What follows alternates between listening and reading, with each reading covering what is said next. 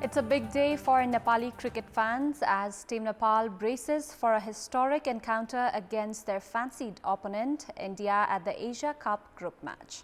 This, incidentally, is going to be the first time that Nepal will brush shoulders against the senior Indian team in the country's cricketing journey spanning about 27 years. The only dampener yet again could be the bad weather, as happened in the case of India-Pakistan clash. Good morning, I'm Chitrakar, and these are the headlines of the hour. Electricity Authority urged faulty businesses to clear outstanding dues of dedicated and trunk lines amounting to over 15 billion rupees. Warn of cutting the lines if directive not followed. Tourist arrival in the first 8 months of the ongoing year record enthusiastic number. The government urged to carry out more effective publicity programs. Ukrainian President Volodymyr Zelensky sacks Defense Minister Oleksiy Reznikov, Rustem Umerov to replace the sacked minister. And Nepal take on India in the much-anticipated Asia Cup clash today. Nepal gear up with hopes of improved performance.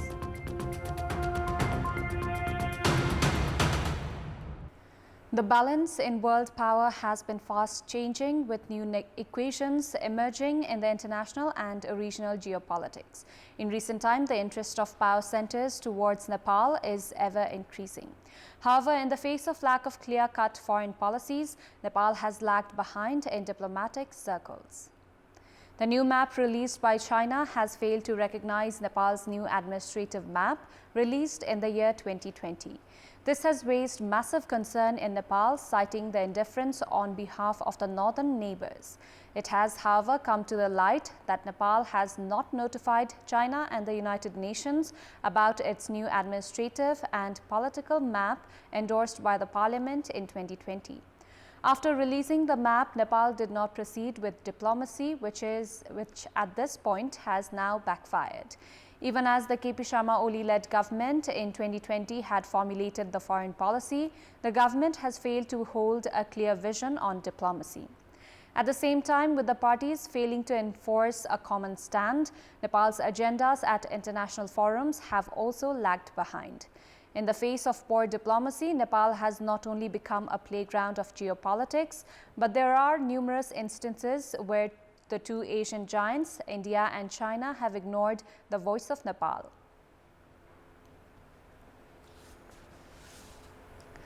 The Office of the District Government Attorney has corresponded to reduce the fine of 62 million rupees to be paid by defendant in the Lalita Niwas land scam Chandradev Joshi, a former minister.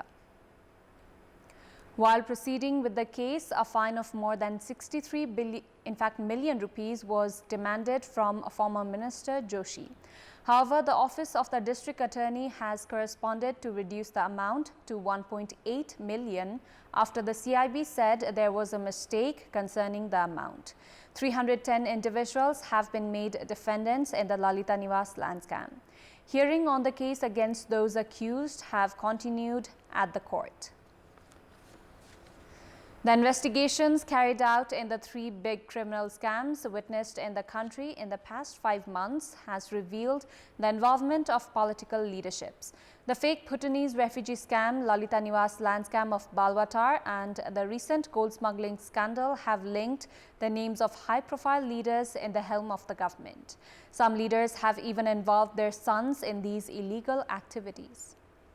CPN Mao Center Vice Chairperson Krishna Bahadur Maharaj's name has been linked to the recent 60-kilogram gold smuggling scandal. Investigation has revealed that Maharaj and his son Rahul have close connection with the Chinese nationals, some of whom have been arrested on charges of their involvement in the gold scam. The Criminal Investigation Bureau CIB of Nepal Police has already arrested Maharaj Jr. Rahul and started investigation. CPN-UML chairperson Bishnu Paudil's name has also been linked to the infamous Lalita Niwas land scam, which has been hitting the headlines for the past 4 years. Paudil had registered 8 annas of land, which was swindled according to the plan of land mafias under his son Nabeen's name. However, they were spared from being dragged into the case after they returned the land. A father-son nexus was also witnessed in the fake Bhutanese refugee scam. CPN-UML Secretary Tob Bahadur Raimajhi and his son Sandeep were alleged of their involvement in sending Nepali nationals to the United States in disguise of Bhutanese refugees. Following evidences that the Raimajhi duo had taken up to 4 million rupees to send Nepali nationals as fake Bhutanese refugees, Tob Bahadur Raimajhi and his son Sandeep were both sent to judicial custody as they are undergoing trial. Another prime accused in the fake Bhutanese refugee case is former Home Minister Ram Bahadur Thapa's security advisor Indrajit Rai, who was arrested for forming the study committee to settle the Bhutanese refugee problem, collecting money among others. Rai's son Neeraj is also in the list of fugitives charged of organized crime. Thapa's son Pratik is another person alleged of involvement in the fake Bhutanese refugee scam. He escaped into a foreign country, however, there are chances that he may be captured by Interpol. Investigation in the recent 60-kilogram gold smuggling scandal is also pointing towards some sons of the top brass leaders.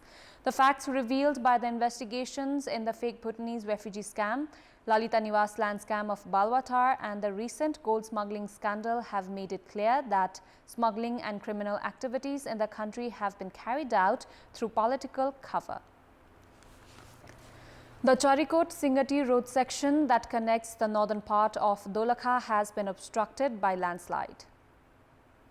Police have said that vehicular movement has been obstructed by the landslide after the landslide swept away the road section in Chapaleti of Kalinchok Rural Municipality 4.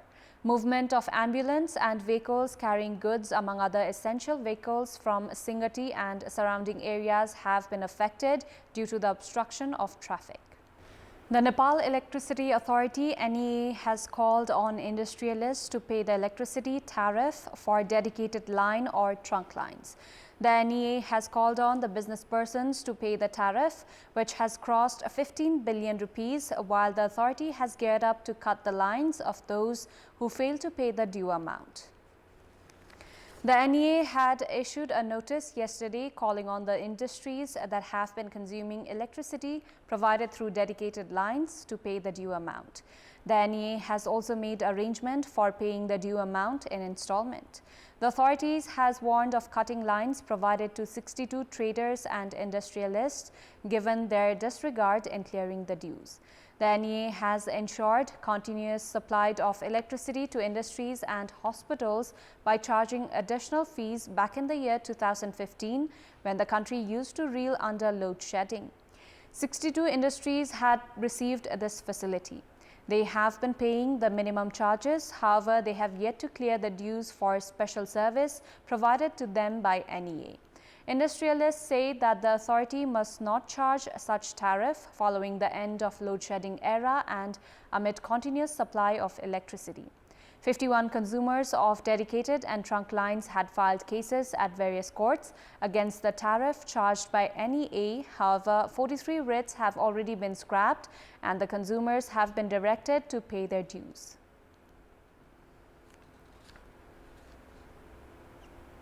Time now for our segment, Public Pulse, where you text us with your opinion. Public Pulse.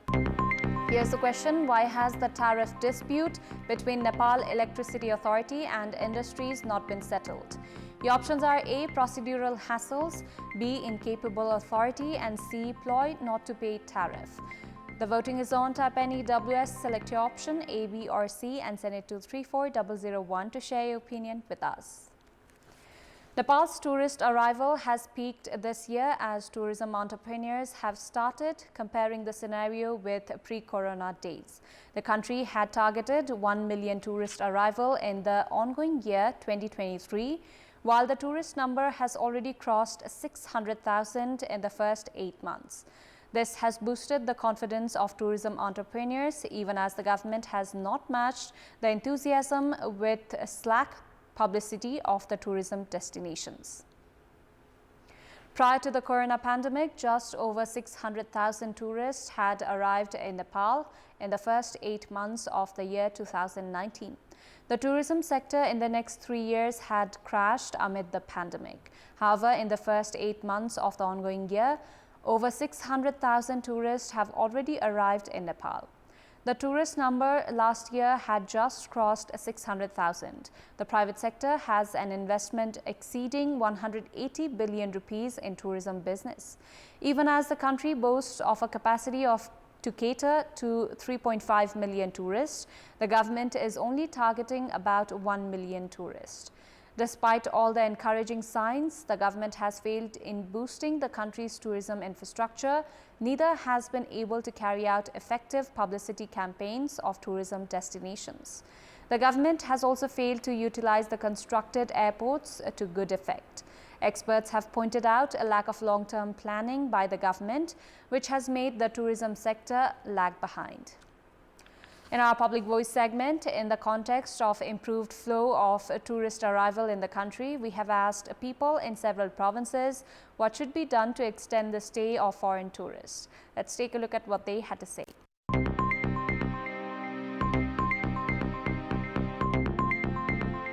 पर्यटकीय क्षेत्रमा पनि त्यही अनुसारको management हुनु पर्यो। हिमालहरू तिनीहरुको चाहिँ हामीले संरक्षण चाहिँ गर्नु पर्यो। पर्यटन व्यवसायीहरूले उनीहरूलाई दिने सुविधामा ध्यान दिनु पर्यो। कला कल्चर विभिन्न किसिमका खेल डेउडा र नाच गाना यस्ता किसिमका चाहिँ लोक संस्कृति झल्काउने किसिमका कार्यक्रमहरू सञ्चालन गर्नुपर्छ। उहाँहरूलाई रेस्पेक्ट गर्ने काइन्डनेस देखाउने अब शिष्टता देखाउने त्यो गर्नुपर्छ। स्थानीय एरिया घुमिसकेपछि आज कहाँ जाने भन्दा साइक्लिङ जाने भन्ने खालको एउटा दुईटा राम्रो खालको अट्र्याक्टिभ खालको चाहिँ प्याकेजहरू ल्यायो भने अवश्य पनि बसाउन सकिन्छ। सरसफाइलाई चाहिँ ध्यान दिएर साइट सिनहरू हेर्दाखेरि पनि आहा भन्ने टाइपको हैन त्यो टाइपको बनाउनु पर्यो। बढी भन्दा बढी चाहिँ होमस्टे गरेर एउटा स्टे गर्ने चाहिँ वातावरण बन्नेछ। आफ्नो ठाउँहरूको फेस्टिभलहरूको खानाहरूको प्रचार गर्नुपर्छ। सुरक्षाको हिसाबले उपयुक्त नमिलेर फर्केर जान्छन् र यो सरकारले कमसेकम पर्यटकलाई सुरक्षाको व्यवस्था मिलाइदिँदा यहाँ पर्यटकहरू बस्थ्यो। स्थानीय सरकारदेखि लिएर केन्द्रीय सरकारसम्मले चाहिँ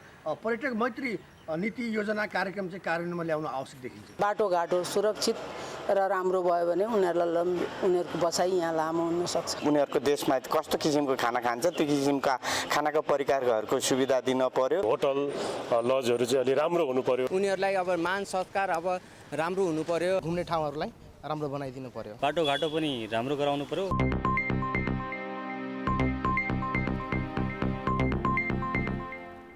Time now for international updates.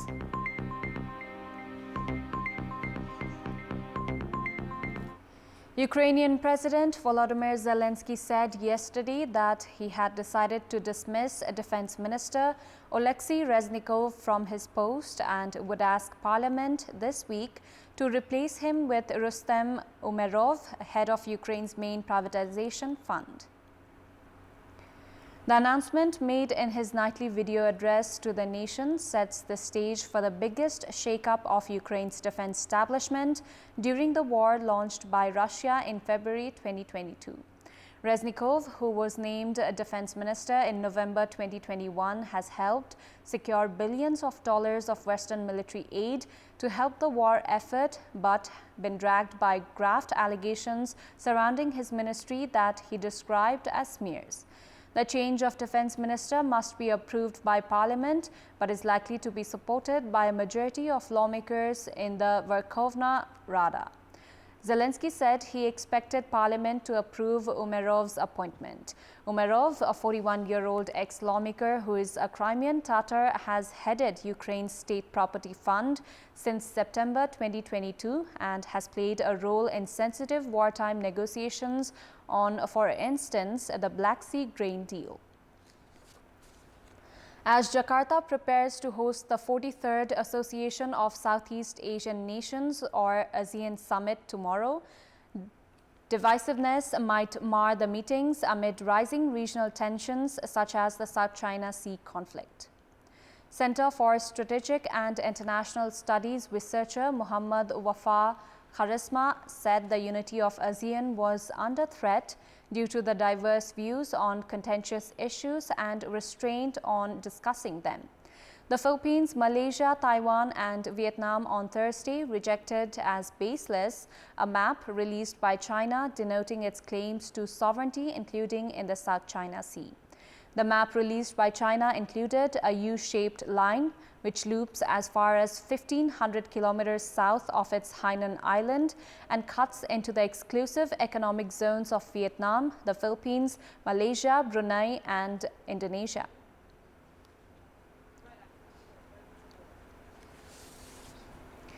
Nevada authorities yesterday said they were investigating one death after a severe rainstorm left tens of thousands of revelers attending the big annual Burning Man festival stranded in mud and asked that they shelter in place and conserve food and water.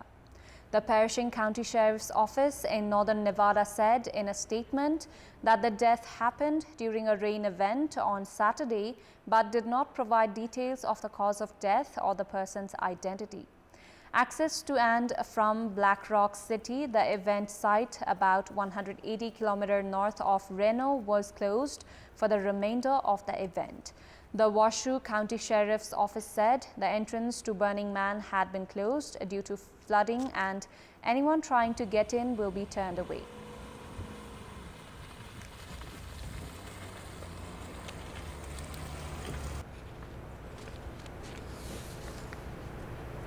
Innovative cutting-edge devices using generative artificial intelligence have become a highlight of ongoing China International Fair for Trade in Services CIFTIS, attracting visitors and AI enthusiasts to the exhibition venue.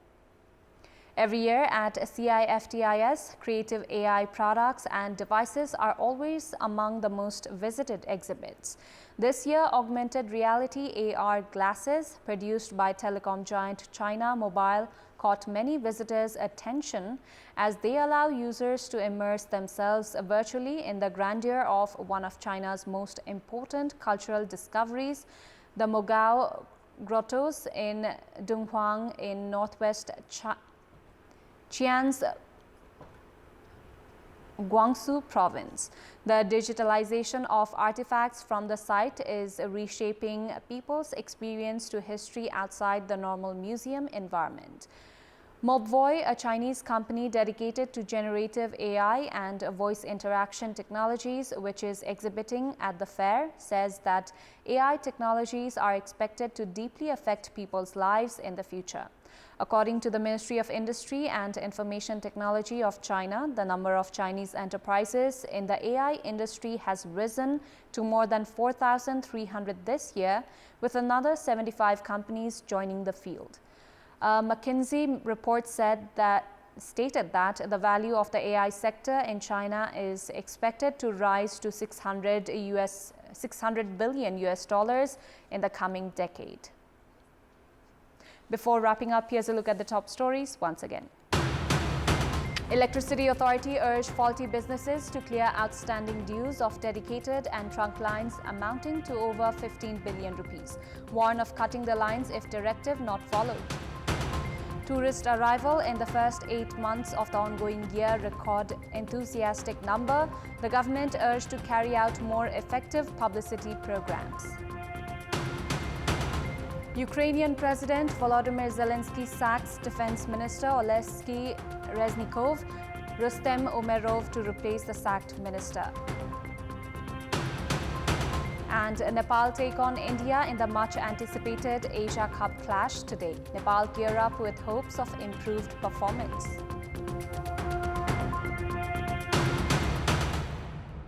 That's all for the moment. Thank you for watching. Good day.